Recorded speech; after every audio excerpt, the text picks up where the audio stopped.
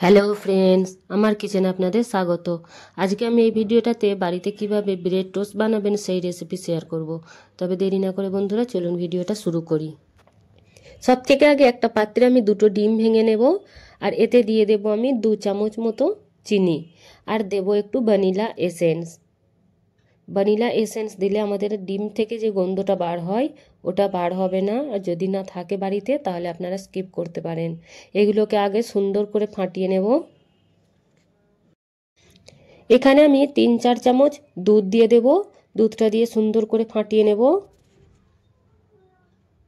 এখানে আমি এই ডিমগুলো ভালো করে ফাটিয়ে নিয়েছি বন্ধুরা।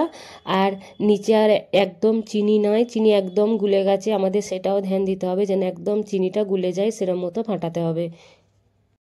এখানে আমি 3টে ব্রেডকে একসাথে দিয়ে দিয়েছি।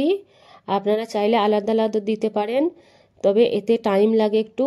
এইভাবে আমাদের কিছুক্ষণ ছেড়ে রেখে দিতে হবে যাতে করে নিচেটা ভালোভাবে সোক হয়ে যায়। একদম মোটা তো মোটা থাকলে তো এইদিকে উল্টে পাল্টে ভালো করে আমাদেরকে এগুলোকে সোক করাতে হবে। টাইম লাগে বেশি, আপনারা চাইলে আলাদা আলাদাও করতে পারেন।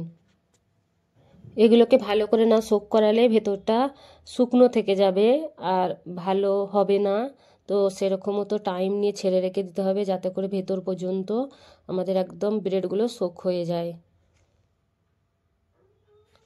এখানে দেখতেই পাচ্ছেন অনেকক্ষণ হয়ে গেছে, ভালোভাবে সোক করে গেছে ব্রেডগুলো। এবার আমি এইগুলোকে একটা তাওয়াতে তুলে নিয়েছি। এবার আমাদেরকে একদম স্লো আঁচে এগুলোকে ভাজতে হবে, আর চারিদিকটা একটু বাটার দিয়ে নিয়েছি যাতে করে আমাদের ভালোভাবে ভাজা হয় এগুলো। ব্রেডগুলো একদম স্লো আঁচে দিয়ে আমি ভেজে নেব।